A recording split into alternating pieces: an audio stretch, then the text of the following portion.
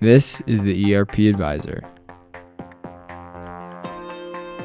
Today's episode, ERP Trends and Predictions Part 2, 2025 Predictions. Hello, everyone. Thank you so much for joining us for today's webinar. 2025 ERP Trends and Predictions Part 2. Shawn and I are going to dive into lots of the topics that we were alluding to yesterday during our first call, which was our trends. Shawn is one of our speakers for today. Shawn is the founder and managing principal of ERP Advisors Group based in Denver, Colorado. Shawn has over 25 years of experience in the enterprise software industry, helping hundreds of clients across many industries with selecting and implementing a wide variety of enterprise solutions. His podcast, The ERP Advisor, is featured on many prominent podcast platforms such as Apple and Spotify and has dozens of episodes with thousands of downloads. And then Rebekah McCabe, our other guest. You guys are used to be emceeing, but I also get to participate here today in the conversation. I am the digital marketing manager on our team here at ERP Advisors Group, and I'm also the host of the wildly successful ERP Minute for those of you who tune in, and we use that knowledge here on this call. And just as a reminder for anybody who did not join us yesterday, there will be questions popping up throughout the call, so if you see those show up, please do participate. We appreciate the feedback, and then it allows us to provide you guys with even better content. So let's get started. On today's call, Shawn and I are going to make our ERP market predictions for 2025, and we will let you know how these trends are going to impact your business. Welcome, Shawn. Thank you, Rebekah, again for having me and for setting everything up.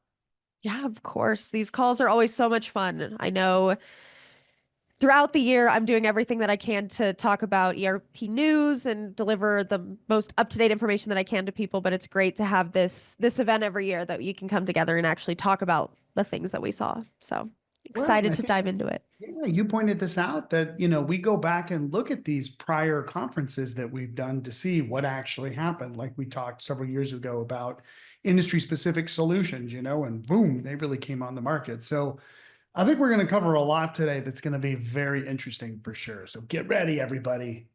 Here we go. Super, super exciting. So let's get into it, Shawn. I know we have a lot to cover today. So based on the 2024 trends that we talked about yesterday, what do you expect from ERP in 2025? Oh, here we go. I think there's quite a few things. Notebook, I'm prepared. But seriously, I really did have to kind of sit back on this one because we have a lot of different factors, macro, like not just economics, but geopolitical. We have a lot of technology things that are occurring that are all kind of at the confluence of from 2024 being a transition year to 2025 being, well, we'll talk about what we think the word is later. But there's about 5 different things that I think are going to really kind of be the underpinnings to what we're going to see in 2025 for ERP. I think overall, we're just going to see a lot of growth. I think there's going to be growth across lots of different sectors. Maybe not as much on the federal government side, but many of our clients service federal government agencies, and they're actually preparing for more growth.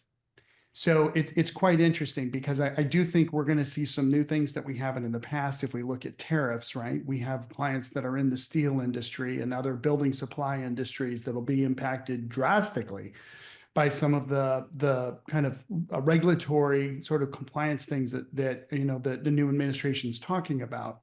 Major changes in government regulations, hopefully simplification and efficiency coming in. And I think that'll lead to significant North American growth as well as global growth. I think it'll stimulate a lot of pent up, not necessarily demand, but supply, and the ability to produce at orders of magnitude that I don't think we've really seen before. I mean, I'm always an optimist on these calls, you can tell, but we're even seeing a drastic increase in in private equity. 2024 at the beginning with interest rates being where there wasn't that much happening. So really probably since at least the election was completed and we had the results, but I think even a couple months leading up to that, I think PE just decided, you know what, we're getting ready for big growth in 2025. So the first prediction, again, is an underpinning to what I'll talk to you about ERP is high growth in many, many sectors. The second thing is, I mean, we have a level of infrastructure, of technology or computing infrastructure that's about to come online that we have never had in the history of man. Like, that's a big deal. So thinking about the amount of computing power that's being put in by just one company, if you look at X or you look at AWS or Microsoft, I mean, these are just organizations. Now they're bigger than most countries on the planet, but there's so much computing power that's going to go out there. And the reality is, it's almost like well, like the internet and the telephony wires and cables that were laid in the 90s. If you build it, they will come. And we've seen that, right? On the telco networks. I think we're going to see that in computing in a lot less time that's going to be required to fill this capacity. So these billion-dollar, multi-billion-dollar, trillion-dollar investments, they're going to want to see usage of their computing power. And what's usage? Applications, software applications.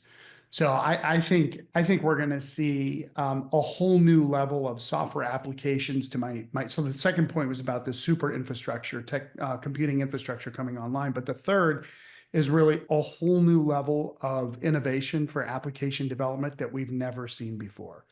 And I mean, I'm really painting a really rosy picture. I'm pretty conservative when it comes to predictions normally, but I think we're going to see this in 2025, where, I mean, I can remember back in the day developing business applications from business process modeling notation, BPMN, or business process modeling systems, where you are literally dragging and dropping things, et cetera, et cetera. We're there. Like, we're there. It only took 24 years. But like the computing power that we have, it will lead to applications being built in ways that we can't even imagine next year. Really, this year. It's already January 16th. So that's the third thing. A couple more points I'd say here. Customers already want AI, but they're really going to need it in 2025. So Erica, our lead of business development, was saying she's been so surprised at how, relatively smaller corporations or organizations that are calling us. They're saying, look, I need an ERP. I've outgrown whatever system I'm on, but I got to have AI. And she's like, wow, nobody's ever said that in the past before. And that's definitely a common trend amongst a lot of the prospects that she's talking to. So I do think we've talked a lot about this year, Rebekah, that, relying on your ERP vendor for the AI innovation it's a very conservative and a smart approach.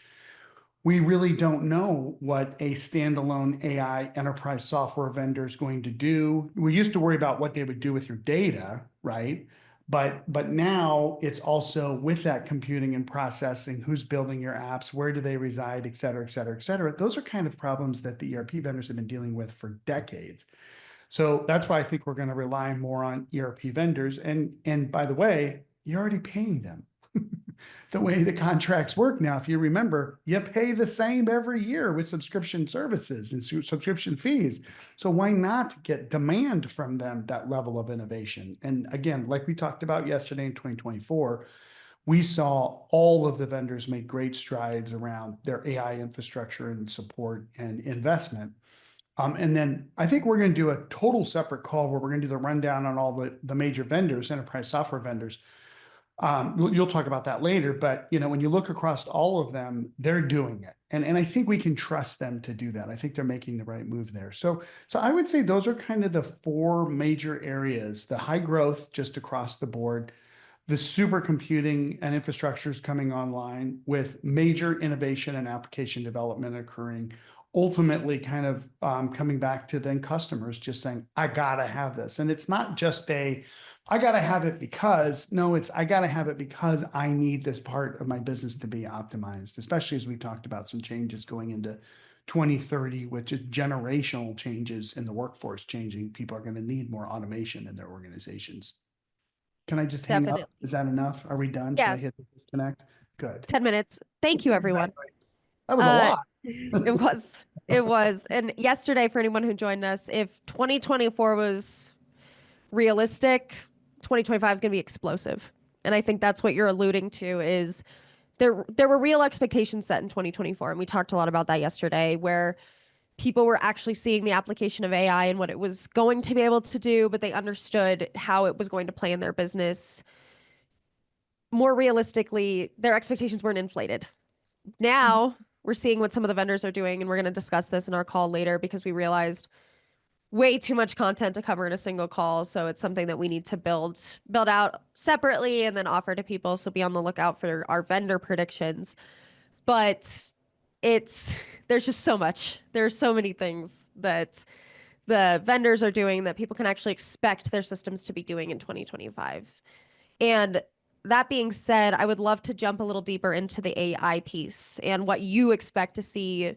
We've been having this discussion a lot this week, Shawn. So now we just get to repeat it for everybody else. But what do you expect from AI in 2025? Well, I really do think that the application of AI will be much more, what's the word? Not just simplistic. I think it'll be realistic, but also like applicable. Yeah. So if you think about, Siri, right, as a sort of voice recognition on top of some kind of a model, a data model with instructions on if, what's the weather today? Siri has the processing ability to open up an app and show the weather app. Or you think about even some of the banks, some of the other kind of, you think about car manufacturers, you think about, X with some of the things that they have going on there too, with social media, all the social media, like all of this sort of voice recognition, large language model, capture of a ton of data, process the data, and be able to come back with a pretty good response on, what the human has asked for. The machine can compose some kind of a solution that's pretty close, right? I mean, we've been doing Google searches for many decades now. I really do think we will have agents, which sounds better than bots, built into the ERP that, here's a free for Oracle. They're going to have an Ask Larry. You watch. I haven't heard that. That's not confidential. But, I think they're going to say, hey, Larry, which vendors should I pay this week? Oh, here's the ones you should pay. Here's what's due, and you get the discount if you pay this, et cetera, right? Hey, Larry, how am I really doing on customer profitability in the southeast portion of the United States for building supply, vertical customers, right? Like, I think we're going to see a lot more of that kind of application of AI, not just answer a question, like Star Trek, hey, computer. They're listening right now, actually. Hey, computer. Anyway, They've but been listening. also, yeah, That's not new. there's no doubt. But I think also it's like, hey, Larry, build me a software class that handles these kinds of objects. We talked about that yesterday too. But I think we get to the next level of like, hey, Larry, which employees are really my top performers? I think we're going to see a lot of that. I think we're going to see that in Infor with their relationship with AWS. I mean, certainly with Copilot with Microsoft. We talked about Oracle. And I think but I think we're going to see a humanistic wrapper around the whole thing. That's just going to make it more fun to interact with. And that's the beauty of ERP, software, enterprise software in general, but it's sort of was built so that people kind of want to use it. I mean, it's not the most attractive stuff. I always thought that, actually I did a whole research project with Oracle back in the day on how we could build enterprise solutions that looked more like video games. And I was in my dentist the other day. She was amazing. I got a filling, no Novocaine. It was amazing. I was like so excited because she used a laser, but she had a software solution that showed like her desk, and it showed her computer. It showed like charts. And you click on different things, right? So the user experience was a lot more rich, right? And some of the vendors are already investing in more user experience, but they're all kind of boring. So I'm looking forward to that. I really think AI is going to go to that humanistic side for real this year. Partly because, like we talked about yesterday, in our transition year of 2024, realistic expectations, like you said, we got a lot of profit, we got a lot of money, we have a lot of great developers, and I think they're itching to build out some cool stuff. So I'm excited to see that for sure around AI this year. Definitely. And we're on the edge of we've been in retrieval with AI for so long. It was able to retrieve the information and present it to you. And as you talked about with the large language models, that's been something that's huge with the vendors and really building those out because people are able to use the AI and through natural language actually get the answers that they're looking for. And then they're able to customize the system in order to, hey, if this person asks this question, this is actually what they're looking for. So the technology is becoming much easier to use and much simpler, more intuitive. And we're still going to be iffy on giving it that much control, right? Who wants to turn around tomorrow and let AI choose which vendors to pay? So there's still going to be a human intervention piece that someone has to oversee and make sure that those things are happening. But we're getting to a point where more and more people can actually use it. And when it's in plain English, plain natural language, you can actually understand what's being presented to you instead of, hey, what were the sales numbers? It's what were the sales numbers last year? It's what were the sales numbers last year and what does that mean for me? And there's more meaning behind what the system's actually able to do. So there's a lot that people I think people can expect from what the vendors are doing for sure. And should demand it also. I mean, again, everybody knows we're the independent objective peeps. We don't get paid by anybody but our clients. So we can kind of, bang on the vendors. Hopefully they're listening. We're demanding of the vendors this year, like, that's it. We want to see some crazy, wild innovation. Like even, inventory levels. If you have 6 different locations, there's cameras set up in those locations, right? The ability of AI to process real-time images you can look and see what the inventory levels are for yourself with the camera, right? You have people on site that can verify and do that kind of thing, but there's no question that there's so many business applications that we have talked about for decades and decades that because of this supercomputing capability and infrastructure that's in place, we're going to get it. And I mean it. I really mean that to everybody who's listening. If I were you, say, okay, I'm paying, before you pay your annual, say, I need to know what you're going to give to me in this next release for AI. And you know what? If you're not going to do it, shame on you. I don't know, because it's too hard to switch anyway. Sometimes you have to switch. That's fine. We can help you with that. But seriously, I mean, demand these levels of innovation because they can do it. They should be doing it. You look at Salesforce. I think we will give the breakdown on Salesforce in our vendor review. But like you've covered several times, they're doing a lot of innovative things. But even you would think that a large organization could deliver significant innovation to the market, and sometimes because of their cultures, because of their internal product roadmap and prioritization, they can't, which is crazy. Knock that stuff out. I almost said a 4-letter word. Stop it. Don't do it. Right? We have the ability to really make enterprise software. I think what the promise has always been, and I want that, and I'm really looking forward to that in 2025. Definitely. And we've been talking a lot about AI, and I know that that's kind of you can't talk about the year without talking about AI.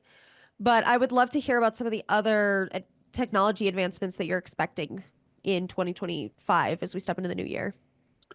Well, I think we're going to see, like I said, some really interesting applications. We're already seeing some AI-based financial planning and analysis solutions coming to the market that make reporting just so much more rich and frankly enjoyable for people to create. So I think there'll be those sort of, again, agentic is the word I keep thinking of, but that I skin that around a person and like a persona of like, hey, my agent's out there checking my calendar and getting things set up, right? So I think there's some AI-based apps that are going to be super cool across not just the office of the CFO, but I think a lot in manufacturing, I think a lot in HR payroll, a lot of the core processes. But frankly, because I'm kind of a nerd, I'm most excited about the technology innovation that's happening in the infrastructure level. Not just computing, we've talked about that already, but things like integrations. I think we've been through a lot with legacy systems, even converting to new systems, right? I think there's a lot of integration tools that are going to make integrations much easier, including leaving that old app around if you want to and integrating it into the new one. The AI, the analytics and sort of reporting.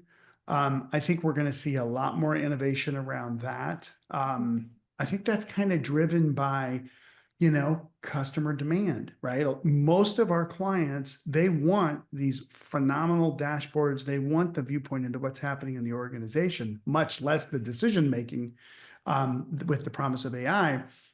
But I think, it's not just, oh, we're just going to go do a Power BI project and that's it. Like, now I think we're seeing kind of the next evolution of some of those tools, which I think are going to be great. And then I would say the last thing, I hadn't really thought about this before, but there's a confluence of AI with business process management, with sort of this, next generation application development. And I really, really, really hope what this means is that just customizing your app is easier. I mean, that is the top of the iceberg of value.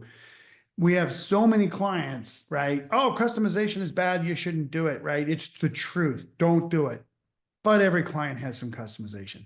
So I'm really hoping that we've proven out the cloud model for the last 20 years, cloud deployments, right? And how you build apps and upgrade apps, and that the upgrades don't break, because of the, whatever changes, the infrastructure goes out. And now we have, many clients. I still think it's the vast minority on cloud-based solutions that have major upgrades twice a year. And, knock on wood, when they give those new upgrades, your stuff doesn't break. So I think we've learned a lot from that historically, but I really think I'm expecting a lot of innovation around, okay, fine. You want to use the XRP platform for Acumatica to build out a rodeo management system. One of our clients did that. But the building out on this platform is actually 10 times easier than it would be in some others. So that's probably the last piece I would say, is that I'm looking forward to those kinds of custom development platforms. But like I said, I'm kind of a geek when it comes to that stuff. Oh, I am too. You know that I already love that technology. Yep. And it's just even more about the accessibility that we keep talking about, that I think's kind of been the trend for this year. Is it's starting to trickle down into markets that previously may not have had access to that. Obviously, the companies that are on the ERP juggernauts of the world, if you have the resources, you've always been able to build out some sort of customization and do what you really needed to do. But more and more small, mid-sized, the SMB space, they're seeing the technology, and they're going to have even more access to it. And that's really what the vendors have been focusing on in a lot of their news, their announcements as well, and their press releases, is delivering to the mid-market. Yep. So, Shawn, I know we talked about this question and you were excited about it. What major earth-shattering developments do you think are going to happen in 2025? Oh my God. Wow. All right. Well, I'm pretty good with my earth-shattering predictions. But we'll see. This year could challenge me. This is like total stream of conscious. I have Erica's voice in my head right now saying, Shawn, please make sure you say something that's helpful. I hope this is helpful to everybody. So please tell me if it's not. I think we're going to see a lot of acquisitions. I think what's happened is we sort of have this whole new layer of enterprise software vendors that are in this, $750 million to maybe $1.5 billion, maybe even bigger than that in terms of annual revenue, which is incredible size companies. How do they grow? Where do they go? How do they get bigger? How do they do 20% growth per year? You're talking $200 million for some of these organizations. That's a lot of growth, right? Now, we've talked a lot about the incumbent or the legacy solutions that are still out there, that the vast majority of organizations are on legacy apps. I will stick to that through and through. So yeah, we just get new customers, new customer acquisition. I don't know. I don't think that that's the driver. I do think customers are going to demand more from their software when they start hearing about the AI realities. I think that's going to help to grow some demand. But I just don't think there's enough interest. There's enough. I mean, it's all that organic growth. Okay, we'll buy some other companies, right? You covered this. I think you just did last week. I think I can't remember if it was Aptian or somebody else just bought another smaller vendor, but Aptian did. Aptian did. Yeah, they've been on the acquisition spree for a while. What are they doing with that? How does that work out? Oh, you have to listen to our vendor rundown. That's a separate call. Sorry, guys. Anyway, put that out there. But what does that do? What's the incremental growth from that? We've seen Epicor do it. We've seen Workday do it. We've seen Unifor do it. There's not like, whoa, there's not like a big thing that happens unless you start thinking about taking some of the customer base and solutions. And remember, the usage that drives the need for the infrastructure, and you start bringing those closer together, right? I think there was some things between maybe Infor and Amazon, that maybe were kicked around last year. We saw that at their conferences. There was a lot of congealing that had occurred. Nothing came about that, I think, formally. But I really do think we're going to see some of these kind of, I wouldn't say maybe not the big guys, right? They're kind of set.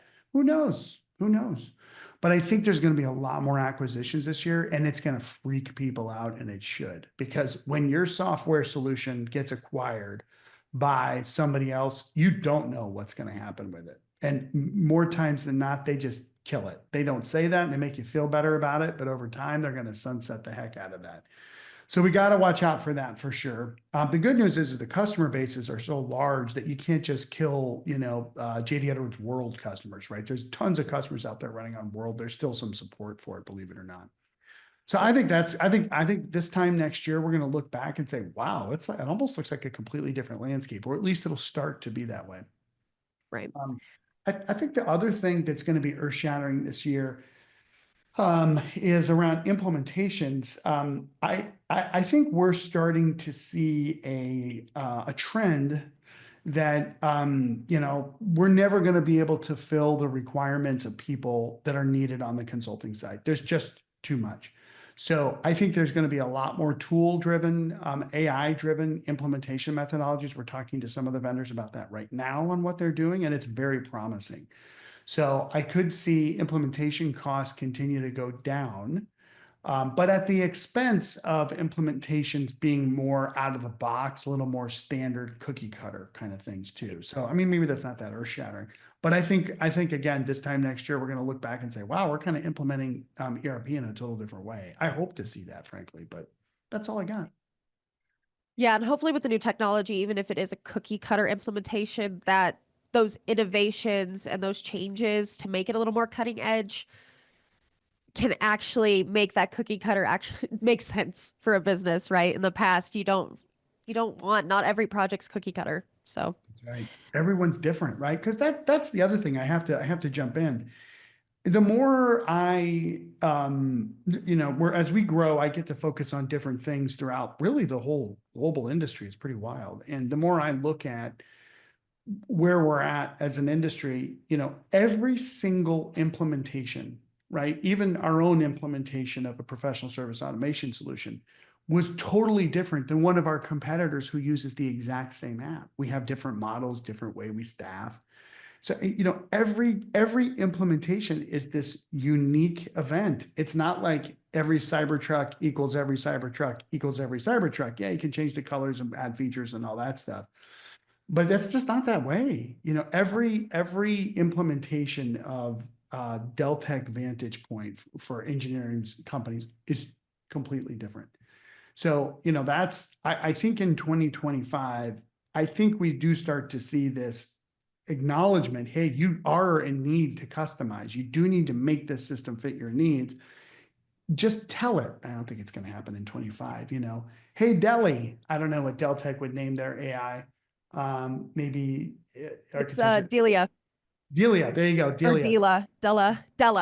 There you go, Della. Hey, Della, configure my chart of accounts so that I have travel broken up into these 5 different categories. I mean, that believe it or not, that's happening now. Yeah. That's simple, but the interaction with an application so that it can configure itself around your needs, that's pretty freaking amazing. Like that would be incredible. I think we'll start to see that. Probably not with the big guys and gals out there, the big cats, but we'll see it with some smaller solutions. And I'm telling you, people listening to this podcast, thank you for making it 29 minutes into it. You might need to explore this a little bit. We talked to some CFOs recently, a big room of CFOs, and we said, you might want to have one of the people on your staff go grab one of those small apps, make sure that it's vetted and everything else, but just play with it a little bit because that is the future and it's here. Great. And yeah, Shawn, you just pointed out the time. So I do have one last question for you just to wrap up this call. And it's really what I want to leave people with. So what should ERP customers keep at the forefront of their minds going into this year? You better be ready for growth. You got to prepare for the growth. It's like prepare, right? I really think Again, if you're on a legacy on-prem private cloud solution on your app that's just sitting over in a corner collecting dust while the rest of the market is moving forward, and we're the first people to tell companies, organizations, don't switch, right? But if you can't just look at the current situation and where you're at now, but you really do have to consider the future, that if you're not on a cloud-based platform and your application vendor's not in a data center that can leverage data, right? Because AI requires data. Without data, AI is nothing. There's no patterns and there's no history that I can look back at to help us predict what's into the future, kind of like MRP, interestingly enough, but that's another story. But the bottom line is that you have to start getting ready for these things. It will impact your business. Our employees going to ask you tomorrow, hey, before I take this job, are you employing AI, agentics across your organization? No, but pretty soon they will, right? It's like, hey, I'm not going to work with you because you have a green screen, a blue screen, an old AS400 system. That's happening already. It is. It is. And I mean, we have a client right now that we're doing a selection for, and they're looking at bringing they're looking at starting the selection. We finished the needs, and they're looking at bringing in a CFO. And I think part of the reason why they can't is because they're on very simple software. And the CFOs are saying, my job's already hard enough. If you're going to make me do all this manual stuff, I'm not going to work for you when I have these other 5 offers over here. That's just one example. So you've got to prepare. There are great solutions. There is a path forward that you can be successful, but do it now. And, talk to your incumbent vendors, the vendors that you're working with now, the software vendors, really understand their strategies. And if you start to sniff out some problems, some gaps in that, while you've got some time, it's worth it. Because if the first thing I started this call with was growth expectations, just I think globally, macro across almost all verticals and industries we work with, you don't want to be in a high growth period and implement new ERP if you don't have to. Be prepared. That's what it all comes down to, as Right. always. All right. Thank you so much, Shawn. And we're coming to the end of our time here, but as always, lots of great information. And anybody who is looking for the vendor reviews, those will be released later on. So you can definitely reach out to us and interact with us so that we can share that content with you as well. It's always super valuable, especially if you're considering an ERP upgrade. Yeah. And we're going to go, please let Rebekah, us- I'm sorry, oh. real quick. Yeah. And listen, we're going to go all in. I'm going to say this here again. I always think of Erica. We're going to talk about the realities of the vendors, the good and the bad. We don't usually talk about that, but we're going to do it. Hopefully, we're going to keep it very real and helpful, but it's time for us to just be able to say, this is what we observe. So be on the lookout for that for sure. Definitely. And yeah, thank you everyone again for joining us for today's call. And please let us know if you have any questions that we can answer right now. And again, be on the lookout for this content. I think it's going to be great. Shawn and I are going to go work on that here after this. But be sure to join us for our next webinar scheduled for Thursday, February 13th. Has your business outgrown QuickBooks? Where Shawn will advise on what to do when your business is ready for something more than QuickBooks or the other accounting platform that you're on. Please go to our website, erpadvisorsgroup.com, for more details and to register. ERP Advisors Group is one of the country's top independent enterprise software advisory firms. ERP Advisors Group advises mid to large-sized businesses on selecting and implementing business applications from enterprise resource planning, customer relationship management, human capital management, business intelligence, and other enterprise applications, which equate to millions of dollars in software deals each year across many industries. This has been the ERP Advisor. Thank you again for joining us. Thanks, everybody.